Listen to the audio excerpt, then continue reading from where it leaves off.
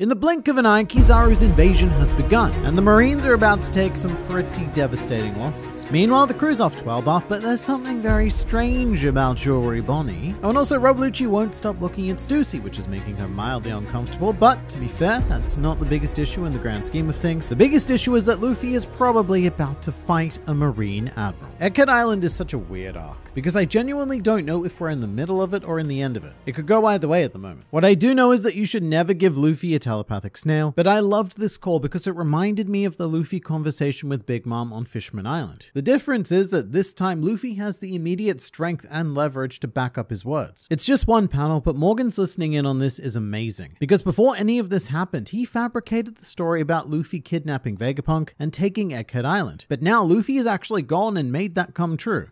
Somewhat. Most of the Vegapunks are okay with it, but Luffy is pretty coldly using York as a hostage. So this really worked out quite well for Morgans, and I think that even he is surprised at just how perfectly things have gone. We also get to see Vivi briefly, which I will never not love. Even if she's off to the side, I enjoy having her involved. Like, she's gradually becoming more and more entangled with the main plot, and soon enough we should have our full Straw Hat reunion. The funniest part is that this conversation is being aired to the entire Marine fleet. And Luffy, look, he genuinely sounds quite evil. So this will only further spread the legend of this fearsome Emperor of the Sea. Now, a lot of questions left over from the last chapter were answered, particularly in regards to our missing characters. To start with, we see Robin, who is pretty damn injured, and we can sort of put together how this happened. The last we saw of Robin was, I believe, in 1078. That was when Atlas all of a sudden remembered that, hey, we should check the basement, which means that Robin's group, which was just Robin, Atlas, and Chopper, they would have been the ones to discover York and Stella. So what we potentially missed out on was a Robin versus York fight, and hence why she's so injured now. They also would have found the missing Cypherpol agents, and seeing them in this chapter was a very unexpected highlight for me. Seeing these random nameless people. It's an underrated panel, but it goes to show how well Oda portrays emotion, because I genuinely feel for these nameless dudes when I see them crying tears of joy over the simple act of eating food after being starved. Whereas you compare that to the food focus of the last chapter, which was Saint Saturn stuffing himself with celestial sausages, but doing so like it was a burden, like, oh, how tiresome, sausage again. He's just doing it to refuel. There's nothing that he appreciated about the experience. Unlike these agents who are now surely our allies, because that would be very typical One Piece. Luffy and the Straw Hats often succeed by winning over various groups of people who all provide a small but integral contribution. Kaku is also here and seemingly the most injured of all of the alive characters, and Kaku says that he was fighting against two Seraphim, and at least one of which is probably S-Hawk. So I guess either S-Bear or S-Shark got away from Lucci and Osanji. I mean, it probably wasn't S-Snake because she would have petrified him, but either way, Kaku became the filling of a very rough Seraphim sandwich. And look, never count anyone out with Dr. Chopper around and all of the advanced science and stuff that we have, but from what we see, it looks like Kaku's going to be pretty inactive for the rest of the arc. We also see Rob Lucci being a bit of a naughty pigeon man, reporting all of the info to the Marines, and this makes sense, that's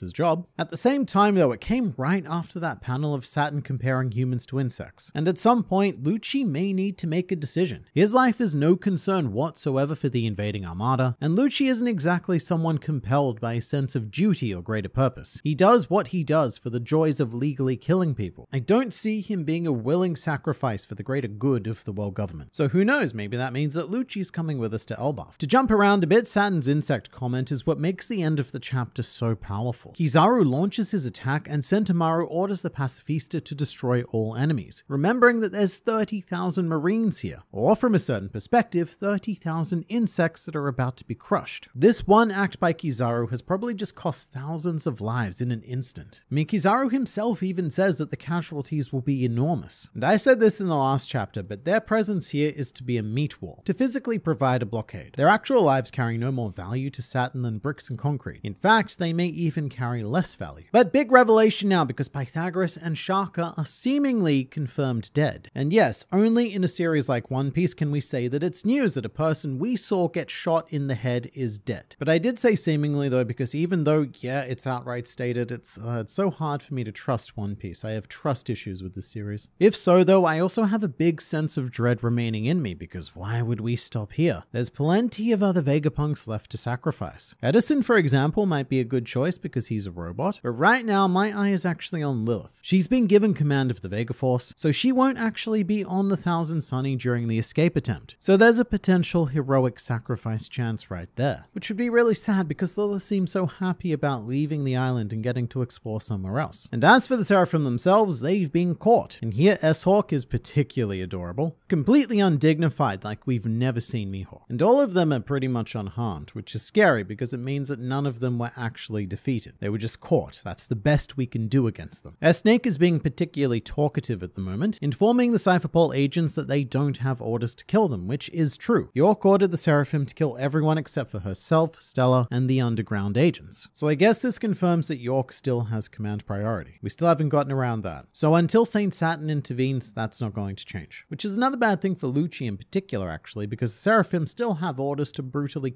murder him. But I love the solution that Luffy mistook S-Snake for Hancock and asked her to undo the petrification. And as I think we've all been assuming, S-Snake does go on to fall in love with Luffy, which could be our ultimate trump card here. Because even if Saturn does take command, could Luffy supersede those orders with S-Snake specifically? After all, what is a planet to a sun? But again, S-Snake is very talkative all of a sudden. She's definitely developing an individual personality rather rapidly, which is great for her. And eventually, I imagine that all of the Seraphim will develop personalities and potentially break out of the command structure altogether, thus essentially creating younger, more powerful copies of the Seven Warlords, which is good in cases like Jinbei because S-Shark would probably be a nice, honorable ally, but terrifying in cases like S-Flamingo and S-Crocodile, because they're maniacal sociopaths who both have dreams of world domination. The most important thing to note here is definitely the bubbles though, because it is stated that they are very effective against Devil Fruit users. So could the answer to this problem be something as simple as trapping Kizaru in a bubble? Or the opposite, the world government gain control of a bubble weapon and use it on Luffy or someone. Whatever the case, it feels like this was dropped to seed a future use of it. To address York herself, she mainly seems to spend time on the floor, and she's also becoming very generically evil now. So I wonder if she's on her way to transforming into a Caesar Clown-like character, whose role on the crew is best defined as the comical hostage. Although we already have our comedy villain still out there somewhere with Caribou. He's on Egghead Island, and in fact, he's the only character that we don't get an update on. But the escape plan is in motion, and our destination is Elbaf, which makes sense. It's the only logical place to go. Our other option is Winter Island, which is deserted and all out in the open. And also at this point in One Piece, we're running out of islands that the world government don't have control over. So Elbaf could be our next big arc. It could be the Whole Cake Island to Egghead Zoe, or Elbaf could be another stop to something even bigger. All I know is when I read this, I had the exact same reaction as Luffy and Usopp did, because I was actually kind of worried that maybe we wouldn't go to Elbaf, because we already got to see it with Kid and Shanks, and if we kept moving forward in the world with the Straw Hats, then we would have to leave it behind. So this is very good news. And it actually looks like Egghead could end quite soon if we follow the escape plan, which right now seems just a little bit too convenient, I would say. Complications will and are currently occurring. But with that said, the arc could still end quite soon. But I think it would take some big character sacrifices to make that happen. Now we should address the Bonnie moment though, because Luffy says exactly what I was thinking last chapter regarding her light switch mood change. Something about Bonnie has changed, a big thing. And what worries me isn't so much that we as readers notice this change, but that someone as completely oblivious as Luffy did. That to me feels like a big, hey, pay attention to this moment. And as always, online theorists have jumped to the conclusion that this is an imposter Bonnie, specifically a Katarina Devon imposter Bonnie, because she is one of the few unaccounted for Titanic captains, and admittedly is very likely to be on the Blackbeard pirate vessel near Egghead Island. Currently, I'm not convinced though. It's a very suspicious shift, but I don't know if it's Devon worthy. And look, one day the Katarina Devon theorists are going to be right. Her ability will be used to imitate a character, it will be revealed, and it will shock all of us. And on that day, the Devon theorists are going to make a big deal out of it, claiming all sorts of dubs and I called zits, whilst conveniently forgetting about the hundreds of times that they were wrong. But even without the Devon shenaniganry, this needs an explanation. I'm all good with the climax of Egghead Island action happening off screen, but the Bonnie Kuma business needs to be addressed, which I don't know how that happens, a flashback of the flashback or something? Skipping action is one thing. Skipping crucial character development is another, which we actually don't do in this chapter with Admiral Kizaru. Our tall boy finally gets a character moment because for the first time in the series, Kizaru displays an ideal, which is that he can't just zip past Sentomaru, because he can't ignore a man determined to do his duty. So Kizaru first goes after him instead of going straight into the dome. What's most impressive about this is that Kizaru says this so bluntly to Saturn, with the confidence that Saint Saturn will either respect or understand his decision, which, to my surprise, he does. After his speech about incest seconds, I kind of expected Saturn to just go, shut up, Kizaru, and you just do what I tell you to do. And what I'm telling you to do is get me more sausages.